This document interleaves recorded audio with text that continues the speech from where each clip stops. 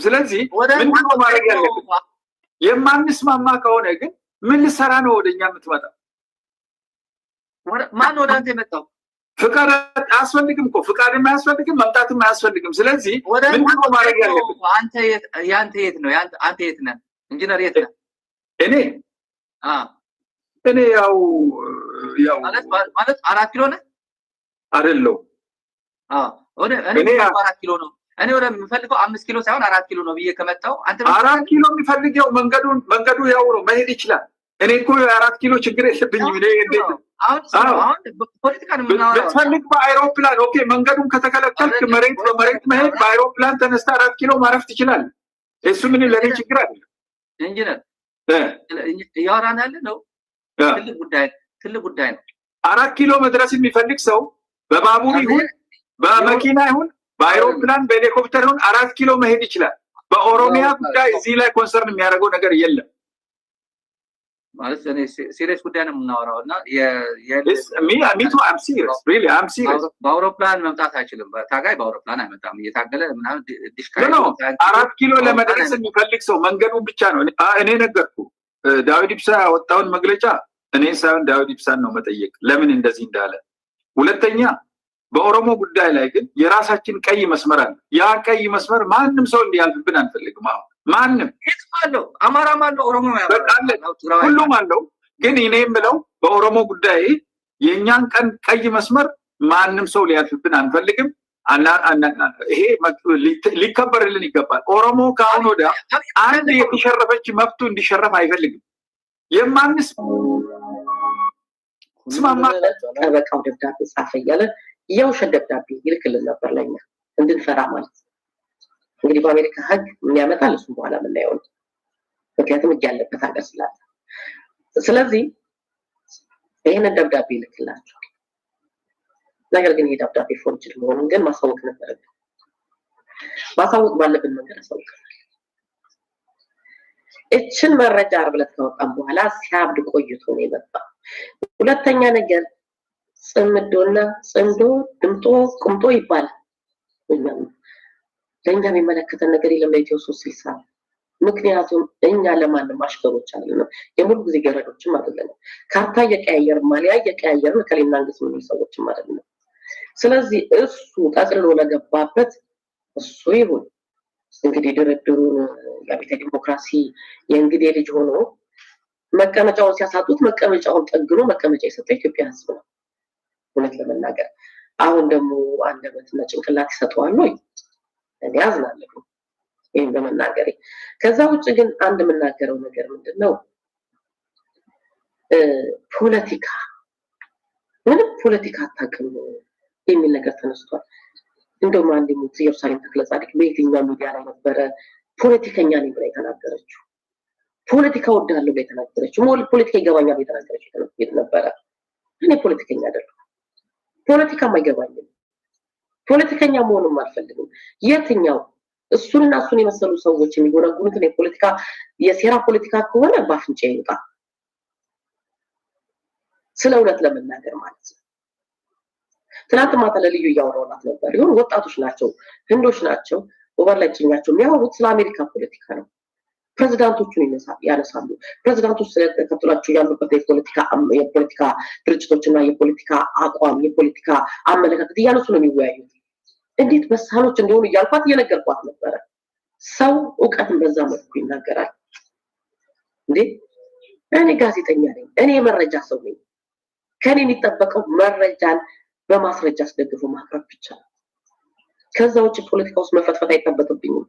ሳወያይ ደግሞ በደንብ ተዘጋጅቼ መረጃዬን ይዤ ስለ እሱ በደንብ ይዤ ነው የምመጣው። ነገር ግን እውነት እንነጋገር ከተባለ እንደው የኢትዮ 360 አድማጭ ተመልካችን መናቅ ካልሆነ በስተቀር 2 ሰዓት ሙሉ እያለከለከ ላቡን እየጠረገ ምራቁ እየደረቀበት ውሃ እየተጎነጨ እዚህ ጋር የተቀመጠው ሌላኛው ተወያይ ተመልካች አድርጎ አወያዩ ተመልካች አድርጎ አንድ ነገርን 10 ጊዜ እየደጋገመ ኧረ እባክህ ለሌሎቹ እድል ስጣቸው፣ ኧረ እባክህን እየተባለ ባሰማውም ሰው ሲያደነቁር የሚውል አንድ ከእውቀት የጸዳ ግለሰብ እውነት ለመናገር ዛሬ ወጥቶ ከሌ እውቀት የለውም ከሌ እውነት ኢትዮ ፎረም ይመስክር ድምፁን ቀንሶ እዛ ቢሮ ውስጥ እንደመጣኩ በውሃችሁ ነከር አድርጎ ጸጉሩን ነካ ያደርግና ኢትዮ ፎረም እኛ እንዳንሰማው ኮርጇል እንዳንል ማለት ነው። ይሄን ሁላችንም እዛ ቢሮ ይመሰክራል። ከዛች ላይ የሰማትን ይገለብጥና የራሱ ሐሳብ አድርጎ ተወያይ ብሎ ይቀርባል። ይሄን እውቀት ኢትዮ 360 ከተጀመረ ጀምሮ ሲመሰረት ጀምሮ የነበሩ እዛ ቤት ውስጥ የነበሩ ጋዜጠኞች የፖለቲካ ሰዎች እውነት ለመናገር እሱን አፈርፍሮ ማይበለው የለም። ጨዋነትን ከሙያ ጋር ይዞ ማንም ደፋር የለም። ማንም ልዝለፍ አይልም። እውነት ለመናገር እነዛ ሰዎች ቢኖር ተቋም አያፈርሱም፣ ገንዘብ አይዘርፉም፣ ጓደኞቻቸውን አያዋርዱም። ያው ተቋሙን እኮ ከዛ ተቋም ሲሄዱ ምንድነው ያደረጉት? የራሳቸውን ተቋም ይዘው በስርዓት ነው እየሰሩ ያሉት። ምንም ይሁን አመለካከታቸው፣ ምንም ይሁን አቋማቸው ሳትዘጋጅ መተህ አንድን ሐሳብ 10 ጊዜ እየደጋገሙ ይሄ ነው እውቀት፣ ይሄ ነው መናገር ስለቻልክ የመናገር ብቃት አለኝ ብለህ ስላሰብ አይደለም። ያንንም ቢሆን እግዚአብሔር የሰጠህ የመናገር ጸጋም እኮ የሚገፋ አምላክ አለ። ይሄው እንደዚህ ተዋረደ ተቀመጣል። አፍ ሲከፈት ጭንቅላት ባዶ ነው ይታያል። ትላንትና ስትናገር ጓደኛህን አጸይፋለሁ፣ ጓደኛን አዋርዳለሁ ብለህ ስትሄድ አይደለም። እኔ በአሜሪካ ምድር የተመዘገብኩኝ ባለሙያ ነኝ። ሬጅስተርድ የሆንኩ የጤና ባለሙያ ነኝ። እስቲ እውነት እንደሆነ አድማጭ ተመልካቾቻችን አንድ ጥያቄ ጠይቁት። በአሜሪካ ምድርን ከረገጠ ጀምሮ አንድ ስራ ሰርቶ ያውቃል? እንዴት አንዲት ስንት አንስቶ ያውቃል? ከአሜሪካ ምድር ላይ በሰው ትከሻ ላይ አይደለም ያለው፣ በሰው ሸክም አይደለም ያለው። በአንድ ወቅት እሱን ከሚደጉሙት መካከል አንደኛው ሰው ጋር አንድ ትልቅ ሰው ይሄዳል። ድጋፍ ሊጠይቀው ነው ሄደው። ትልቅ ሰው ነው እና እባክህን ቸግሮኛል እርዳኝ ነው። የዛ ሰው ምላሽ ምንድነው? ኧረ እባክህ እሱን መጥቶ እኔ ላይ ነው የወደቀው። ሁሉ ነገር እኮ የምችለው እኔው ነኝ። በምን እንደምገላገለው አላውቅም። ያያችሁ ለሰው ሸክም ሆነ ስለ ሰው ስራ በስራ ብዛት ስለታመመ እግር ስለማነከስ ልታሾፍ ስትመጣ ሚሊዮኖችን ነው የምትነካው። አንተ ባልሰራበት አንተ ባልደከምክበት አፈወርቅ። እውነት ለመናገር እኛ ደክመን የምናመጣው ገንዘብ ስለ እውነት በረከት አለ። ስለ እውነት ለኛ ጸጋ አለ። እዛ ቢሮ ውስጥ ሁሉንም አባሮን ይዛ ቢሮ ውስጥ ቀር ያልሞተ ብሩክ አለ። ብሩክ ይደውልና ምን አባቷ ትሰራለች እዚህ ተቦልታ በካሜራ እያየኝ ማለት እዛ ኡበር ዋጋ ትሄድም ተጎልታ እዚህ እንደምታረግ ሲጀመርስ ምን ልታረግ እዚህ ቢሮ ትመጣለች? ያልሞተ ብሩክ አለ። እኔና ብሩክ ማንገናኝ ይመስላል። እሱ ለብሩክ ያን የሚለው ብሩክ ቴክስት ያደርግልኛል። አንቺ ምን አባሽ ሆነሽ ነው እዛ የተቀመጥሽው? አትወጪም ከዛ ቢሮ። ይሄን ያለው ለምን ነው ውጪ የምትባለው?